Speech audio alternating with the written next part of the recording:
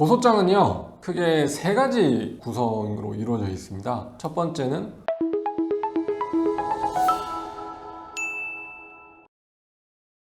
안녕하십니까 여러분, 모든 것을 다 고소해드리는 남자 고소왕 배한진 변호사입니다. 오늘 이제 인생 변호사로 계속 찾아뵙다가 고소왕이라는 그런 컨텐츠를 처음 시작하게 됐는데요. 제가 실제로 고소장 이런 거를 어떻게 작성하고 실제 일을 어떻게 하는지 뭐 이런 것들을 좀 알려드리려고 합니다. 오늘 첫 번째로 준비한 내용은 배보다 배꼽이 더 큰 사건, 중고나라 소액 사기죠. 10만원, 20만원 피해 본 거 가지고 변호사를 선임해서 고소하기도 그렇고 직접 하자니 신경 쓰이고 잘하는 게 맞는 건지 확인도 필요한데요. 그래서 오늘은 이 컨텐츠를 바탕으로 여러분들이 직접 고소할 수 있도록 제가 오늘 잘 설명해 드리겠습니다. 중고나라 소액 사기, 일단 사연을 한번 보겠습니다. 안녕하세요 변호사님, 저는 고등학생인데요. 얼마 전에 중고나라에서 에어팟을 싸게 판다는 글이 올라와서 상대방이랑 대화하다가 10만원을 먼저 보냈다. 근데 돈을 입금하자마자 연락이 두절되고 사기를 당한 것 같습니다. 10만원이 저한테는 엄청 큰 돈인데 사기꾼 벌받게 하고 돈 돌려받을 수 있는 방법이 없을까요? 그죠. 이 소액 사기가 어떻게 보면 상당히 큰 비율이죠. 용돈에서는 그 용돈에서 큰맘 먹고 자기가 사고 싶은 물건 이렇게 비교적 저렴하게 구매하려고 중고나라 이런 사이트를 뒤져서 구매를 시도하다가 이렇게 사기를 당하는 경우가 많죠. 돈을 받을 수 있는 방법, 물론 뭐 교과서적으로 말하면 민사소송하면 받을 수 있겠죠. 집행재산이 있다면. 근데 그거는 시간과 비용이 너무 많이 들기 때문에 제 생각에는 그냥 고소장을 직접 작성해서 경찰서에 접수한 이후에 상대방으로부터 합의금을 받는 방법이 가장 빠르고 손쉬운 방법이라고 생각을 하거든요. 그렇기 때문에 오늘 이 내용 잘 한번 봐주시기 바랍니다. 고소장은요, 크게 세 가지 구성으로 이루어져 있습니다. 첫 번째는 고소인과 상대 피의자에 대한 인적사항을 기재하는 란이 있고요. 그 다음에 본문, 범죄 사실이 뭔지, 피해 사실이 뭔지 기재하는 부분. 그 다음에 마지막으로 입증 자료, 내가 이 피해 입은 사실이 자료로 입증이 가능하다, 이런 거를 기재하는 거죠. 네, 마지막에 날짜, 그 다음에 받는 경찰서, 이런 식으로 기재를 하면 됩니다. 하나하나 설명을 해볼게요. 고소인, 고소하는 분 성함을 쓰는 거죠. 김피해, 주민등록번호, 전화번호, 주소, 이런 필수사항은 당연히 써야 되는 겁니다. 피의자 같은 경우에는 이름을 모를 수가 있죠. 그러면 그냥 성명불상이라고 하시면 됩니다. 다만 카카오톡이나 문자메시지에 상대방의 프로필에 들어가 있는 이름이 있을 수 있잖아요. 그런 게 있다면 일명 김사기, 이런 식으로 가로하고 특정해 주시면 되고, 그 다음에 주민등록번호까지는 몰라도 전화번호를 알면 전화번호. 왜냐하면 이 전화번호로 휴대전화 가입자료를 하면 그 상대방 인적사항을 특정할 수 있기 때문에 그런 단서를 기재해 주는 겁니다. 자, 범죄 사실을 쓰는 건데, 일단은 그 사연에는 피해 입은 일시 같은 거를 기재 안 하셨으니까 그 부분은 제가 임의로 기재를 하되 중고나라 사기에서 10만원 피해받은 내용으로 한번 써보겠습니다. 범죄 사실의 기본은 이렇게 생각하시면 돼요. 이건 뭐 그냥 공식 같은 건데, 주어, 공범, 범행 일자, 그 다음에 범행 장소, 피의자가 누구누구와 함께 언제 어디서 어떤 범행을 했다. 저 같은 경우는 그냥 주공일장이라고 외우거든요. 주어, 공범, 일자, 장소. 자, 마찬가지입니다. 피의자는 2022년 9월 19일경, 공범은 없으니까 그냥 바로 일자를 했죠. 장소, 그 사람은 어디서 사기쳤는지 모르죠. 그럼 불상의 장소라고 하시면 됩니다.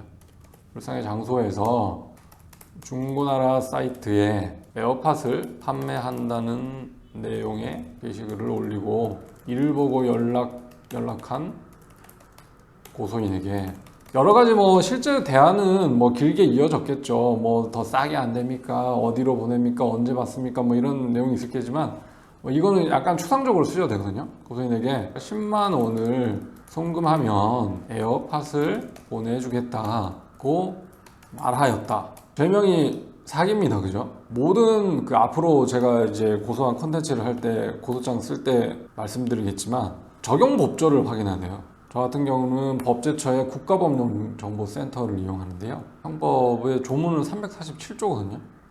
사기인데 여기 표제가 사기가 있으니까 여기 화면 내 검색이라는 메뉴를 통해 사기라고 치셔도 되고, 조문을 모르시면 347조에 보면 사람을 기망해서 재물의 교부를 받거나 재산상 이익을 취득할 때 사기가 된다고 하죠. 기망이라는 게 쉽게 말하면 거짓말 했다는 거거든요. 뭘 거짓말해서 내가 거기에 속아가지고 얼마를 줬다, 이 내용이 들어가야 되는 겁니다. 사기죄는.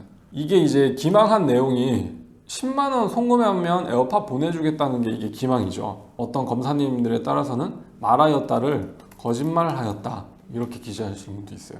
이게 어쨌든 기망과 관련된 내용이다. 그러면 이게 거짓말이라는 게 이 문장 자체로는 지금 나타나지 않죠. 근데 이게 왜 거짓말이냐를 그 다음에 써주는 거예요. 그러나 사실 만약에 상대방이 에어팟이 가지고 있지 않는 것까지 확인이 됐다면 이렇게 쓰면 되겠죠. 에어팟을 가지고 있지 않았을 뿐만 아니라 고소인으로부터 오늘 송금 받더라도 에어팟을 보내줄 의사나 능력이 없었다. 요게 또 이제 사기죄의 전형적인 문구입니다. 의사와 능력이 없었다. 우리가 차용금 사기 같은 경우에는 돈을 빌리더라도 그게 변제기일에 돈을 갚을 생각도 없고 능력도 없었다. 이런 게 이제 차용금 사기의 구조인데, 마찬가지로 중고나라 사기는 이런 거짓말을 했는데 왜 거짓말이냐? 에어팟 가지고 있지 않았으면 그 당연히 능력이 없는 거죠. 그리고 이 사람은 처음부터 뭐 먹튀할 생각이었으니까 의사도 없었을 것이고요. 그렇기 때문에 이게 전형적으로 그냥 이렇게 기재합니다. 고소인으로부터 돈을 송금받더라도 에어팟을 보내줄 의사는 능력이 없었다. 그 다음에 이제 결구를 쓰는 겁니다. 이게 왜 사기가 되는지 종합해서 한번 쓰는 거죠. 피해자는 위와 같이 고소인을 기망하여, 이 기망이라는 단어가 아까 그 347조에 나왔던 단어죠. 이걸 한 번 더 써주는 거죠. 이의 속은 고소인으로부터, 이때 그 계좌 받은 명의가 있으면 누구누구 명의의 뭐 농협 계좌로, 그러면 여기 계좌번호를 써주는 겁니다. 10만 원을 송금 받았다. 어떤 검사님에 따라서는 사기죄를 강조하기 위해서 송금받아 편취하였다. 뭐 이렇게 쓰시는 분도 있습니다. 이렇게 쓰면 사기죄 끝나거든요. 간단하죠. 정리하면 인적사항 쓰시고, 그 다음에 범죄 사실인데 범죄 사실도 크게, 원래라면 이게 모두 사실 본문, 여기까지가 본문이고 이걸 이제 통상 이제 법조인들은 결구라고 하는데 마지막 문장이라는 거죠. 본문에 좀 복잡한 그 고소 내용 같은 경우면 상대방이랑 자신의 관계 이런 거에 대해서 좀 쓰죠. 뭐 연인 관계였다든지 뭐 친구 사이였다든지 이런 걸 쓰죠. 뭐 이런 거는 그런 게 큰 의미는 없으니까 본문에다가 바로 결구를 썼습니다. 그 다음에 그 입증 자료인데요. 입증 자료는 이 범죄 사실을 먼저 쓰게 되면 딱 눈에 보입니다. 자, 보시죠. 중고나라 사이트에 에어팟을 판매한다는 내용의 게시글을 올렸죠. 그럼 뭐가 필요합니까, 여러분? 게시글 캡처. 바로 삭제했을 수도 있는데 그렇기 때문에 빨리 증거 수집을 해야죠. 그 다음에 이를 보고 연락한 고소인과 어떤 대화를 나누면서 에어팟 보내주겠다, 돈 주면 하죠. 그럼 뭐가 필요하죠? 대화 내역 캡처가 필요하죠. 마지막에 돈 받았죠. 돈 받은 건 뭡니까? 송금 내역 캡처. 날짜 나오게. 대화 내역도 마찬가지입니다. 날짜 나오게. 그러면 1번 게시글 캡처, 2번 대화 내역 캡처, 3번 송금 내역 캡처. 이거를 입증 방법에 증제 1, 2, 3호로 써주면 되겠죠. 증제 1호 게시글, 그 다음에 대화 내용 캡처 사진, 마지막으로 송금 내역 캡처 사진, 이렇게 하시면 되죠. 그 다음에 실제로 출력하셔가지고 고소장 말미에 첨부하시면 됩니다. 그 다음에 날짜 기재하시고, 경찰서인데 이거는 앞에 성명불상이라고 해서 상대방 그 주소를 모르죠. 그렇기 때문에 원래 관할은 범죄 발생 장소 내지는 그 피의자의 주소지를 관할하는 경찰서에다 내는데, 이런 경우는 주소지를 모르는 특수한 경우이기 때문에 고소인, 피해를 입으신 분의 주소지 관할 경찰서를 기재하셔서 제출하시면 고소인 조사를 먼저 이 경찰서에서 진행한 후에 휴대전화 번호나 게시물 올린 아이디 추적 이런 걸 통해서 피해자를 특정한 다음에 그 사람 주소지를 알아내서 그 주소지 경찰서로 이송하는 경우가 많죠. 실제로 이렇게 쓰라는 게 아니라 뭐 서초경찰서면 서초경찰서 뭐 이런 식으로 특정해서 쓰라는 말씀입니다. 이렇게 제출하시면 경찰관이 일단은 그 선생님을 고소인 조사한다고 부르죠. 그러면 이 고소장 내용이랑 똑같이 진술하시면 되고, 그걸 바탕으로 휴대폰 추적, 그 다음에 네이버 아이디 추적 이런 걸 통해서 피의자 특정해서 피의자 조사를 합니다. 그러면 통상 그런 분들의 범죄 전력을 보면 처음에는 기소유예, 그 다음에 벌금 100만 원, 200만 원, 뭐 400만 원, 500만 원 가다가 집행유예, 동전 전력이 엄청 많으세요. 그러면 그 사람들도 어쨌든 중환형을 피하기 위해서 합의를 하기 마련이고, 그때 합의금을 받으시면 되죠. 아니면 이 사람 전력이 너무 많아가지고 10만 원 피해이지만 다른 피해자가 여러 명 있어가지고 함께 재판에 기소가 되는 경우가 있는데, 그런 경우에는 배상명령도 신청해 볼 수 있습니다.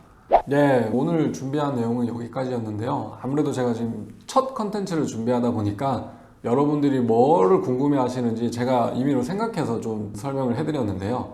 설명이 다소 부족한 부분이 있으셨다면 유튜브 댓글을 통해 남겨주시면 제가 답변 달아드리겠고요. 앞으로 이런 사연, 뭐 이런 걸 좀 다뤄줬으면 좋겠다. 아니면 실제로 피해 입은 사례가 있으시면 메일로 보내주시면 적극 반영해서 제가 다음 컨텐츠로 준비해 보도록 하겠습니다. 오늘 여기까지였고요. 감사합니다.